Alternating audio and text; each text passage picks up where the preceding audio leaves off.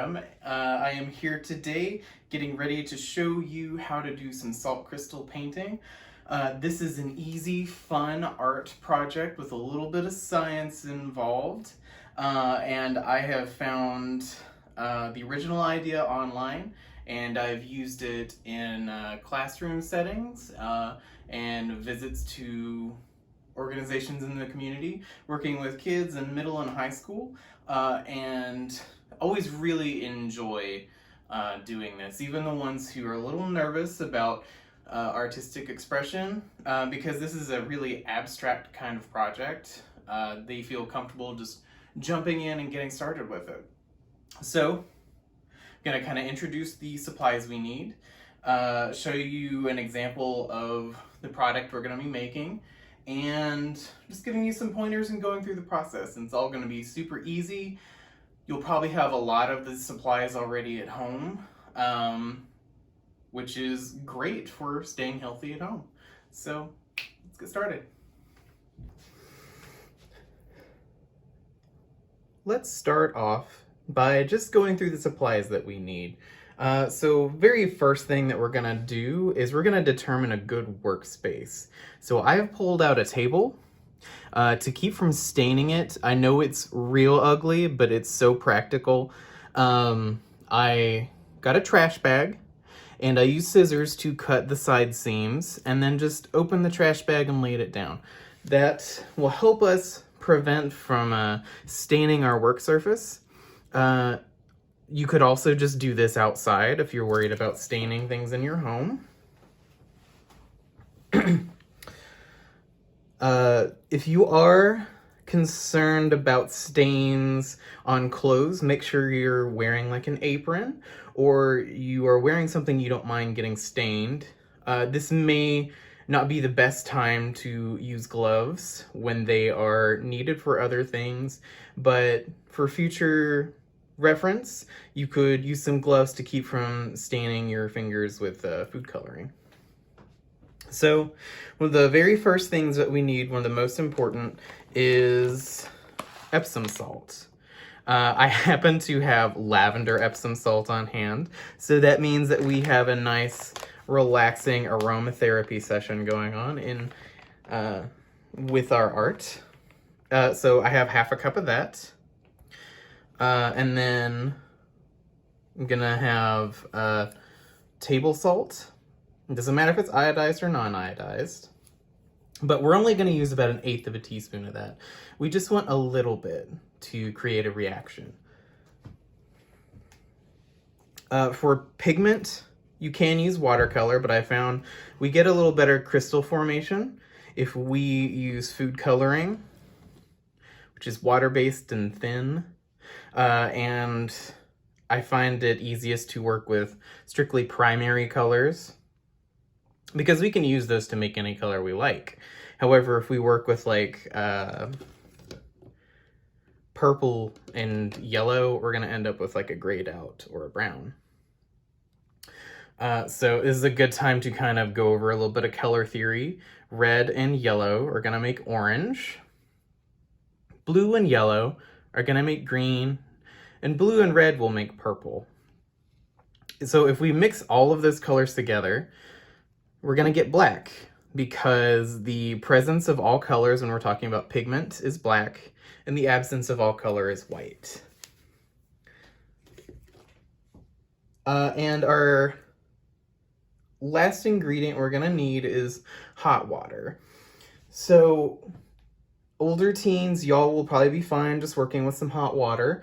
But if you are, for instance, doing this with a younger kid, or you're taking care of younger siblings and just doing a fun project with them, it's a good time to say that you should be present while you're doing it with them, both so you can have a shared experience and so you can make sure it's safe, that they're doing everything safely. Handling hot water safely, you may just do that yourself. And also that they're not ingesting Epsom salt, because even though it's a salt, it's not edible. So those are our ingredients. Let's get to actually taking a look at what we're gonna make. So here is an example of a finished product. I made this yesterday, and it took about a full 24 hours to dry completely and get a full development of our crystallization. You'll see different kinds of areas. There's little sparkly bits, there are larger formations. A lot of this kind of webbing is from the Epsom salt. You can see it here also. Do my best to give you a good close-up example of what we're doing. We have a more complex kind of structure going on here. And depending on the ratio of water, Epsom salt, and table salt, you can create some different effects. So I'd encourage you to play around with that after we go through the instructions and you try like the base recipe that I give you. All right, let's actually mix up some of our base. So for our base, let's start by making sure we have a good sturdy mixing bowl that is not going to get too hot around the edges and is heat safe. Now we don't have to use boiling water. It can absolutely just be warm. What I'm gonna do first is I'm gonna go ahead and toss this table salt in. So what I'm using is just 1/8 of a teaspoon. Pardon my shaky hands, I had some coffee. And then we're gonna take our 1/2 cup of Epsom salt and just go ahead and dump that in there. We don't use the food coloring yet, because all we're doing is making our base. We are going to go ahead and measure out our water. So we want equal parts Epsom salt and water to get the effects of what I did in the painting that I showed you.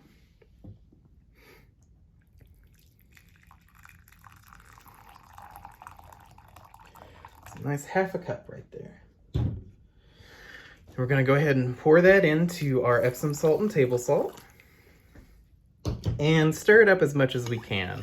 I have found, and I'm not sure why this happens, must be some kind of chemical reaction. The water cools down very quickly when it's mixed with Epsom salt. Now, if anyone has any ideas, any theories, or just knows why that is, then feel free and add that to the video comments, because I would like to know myself. My background is in art, more so than science.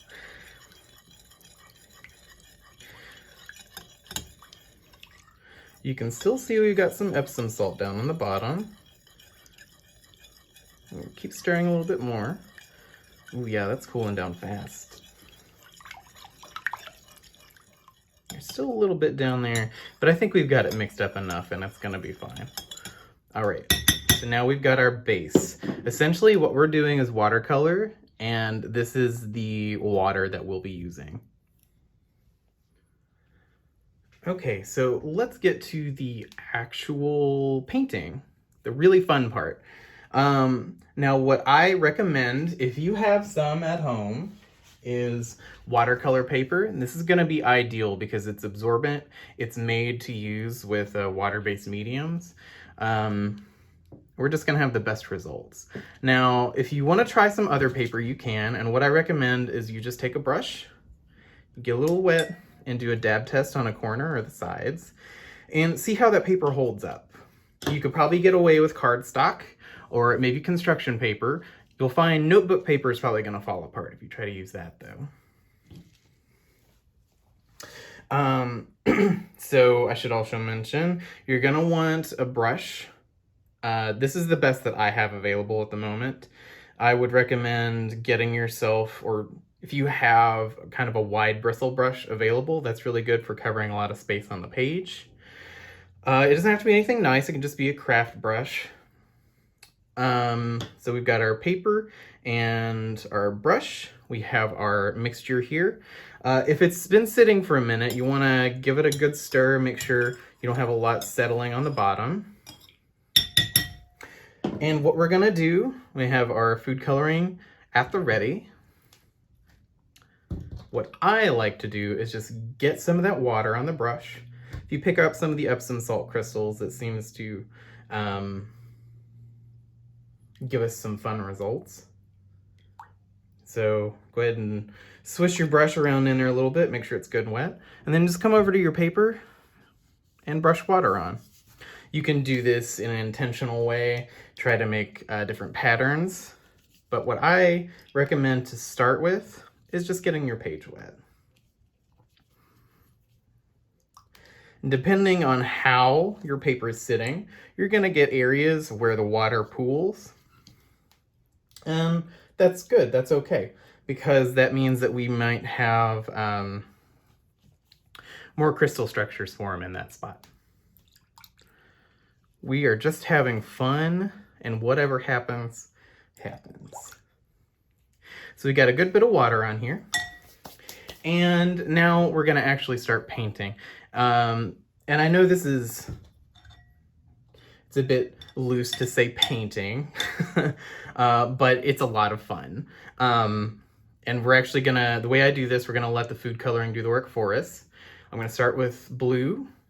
Now most food colorings have a drop nozzle on the end.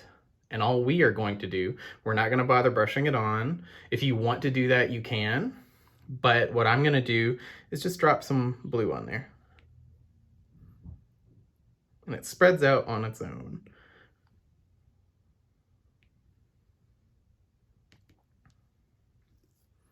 And it's pretty and fun to watch. And it's a good project to do if you're having a little bit of a creative block. And now, if you want to manipulate it a little bit more, you'll see I'm starting to stain my fingers. If you want to manipulate it some, you can always tilt the page and get the pigment to run.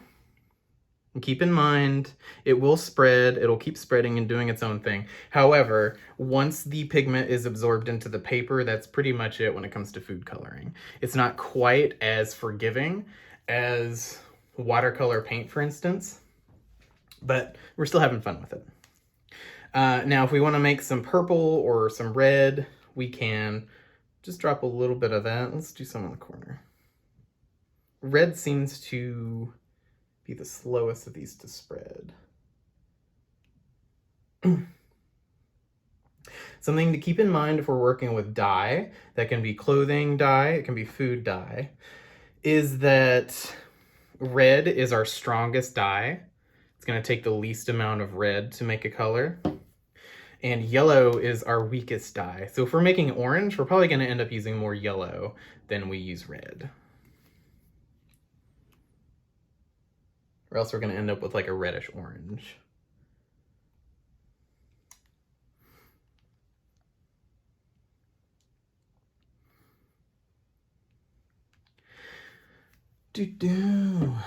And so if we don't like the way that this is sitting, like we feel it's a little too stagnant, we can always add a little bit of water to an area and just kind of help it, just nudge it along.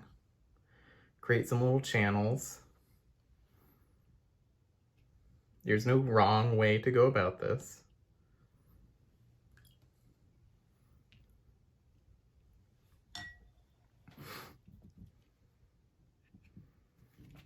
Let's see if I can. There.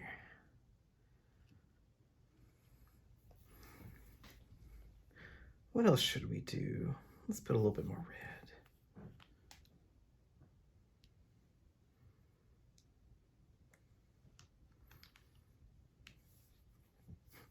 This is also a good exercise in figuring out exactly at what point you should walk away from a project.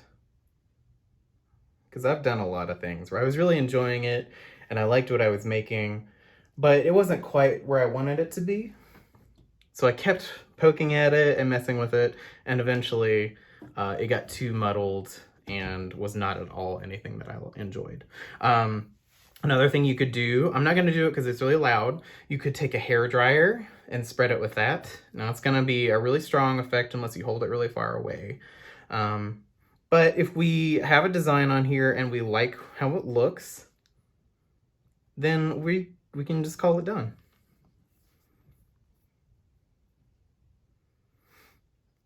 So we're going to leave this be. In 30 minutes to an hour, we might start seeing some very small, limited amount of crystallization. When we go a full 24 hours for drying, then that's when we're going to see the most drastic effects. And if you find that this doesn't work for you for any reason, I just encourage you to test a few different proportions in your recipes. Maybe you needed to use a little bit more table salt or a little bit less. Like I mentioned earlier, you can come up with a lot of different effects by just changing up the chemistry a little bit. All right, so I encourage you to have fun, play around with it. This looks a little bit like a little betta fish tail. I love it. It's so pretty. And we're starting to get some sort of snowflakey ice-looking veins over here. This is the kind of thing that I just enjoy doing. So I'm gonna stop just going on about it. Okay, that's been my video introducing you to doing some salt crystal painting. Now, I will forewarn you, this is not to make really long-term projects. This is sort of a fun little introduction to the process of crystallization and abstract art. Over time, the salt will turn white. It might rub off. We also are working with food coloring, so it'll start to fade eventually. If you wanted to mix this up and use liquid watercolor paint, that's another good option. You would just squeeze some paint out of your tube and mix it with this water base. This would be the water that you're using, the salt, Epsom salt and water mixture that we created. It'll be a more muted effect with crystallization, but I've used that with watercolor and made some really sparkly, glittery paintings that are a lot of fun. If you take those paintings and you put them in like a shadow box where it's protected, but the paper itself isn't pressed up against the glass, that helps kind of preserve the effect a little bit longer. Yeah, and just to kind of go back over the safety of this, if you are doing this with a younger audience, I highly recommend that you be present and involved with them. So you are having a shared experience and you're making sure they're doing things safely. And also to make sure that they don't stain your carpet or your tables, or they don't stain themselves and then you get in trouble. So either you can handle the hot water for them, or, carefully instruct them on what to do. I highly recommend, if you're working with very young kids, that you don't use boiling water. You just make sure it's nice and warm. And also to make sure that nobody's ingesting Epsom salt or just eating food coloring. Because, we flavor food with it, but if you drink a lot, it'll still make you sick. And we don't want that. All right, well, this has been a fun experience. So I will be doing additional art videos in the future, featuring things that you probably have on hand at home. So just stay tuned and look out for more. Have a good one.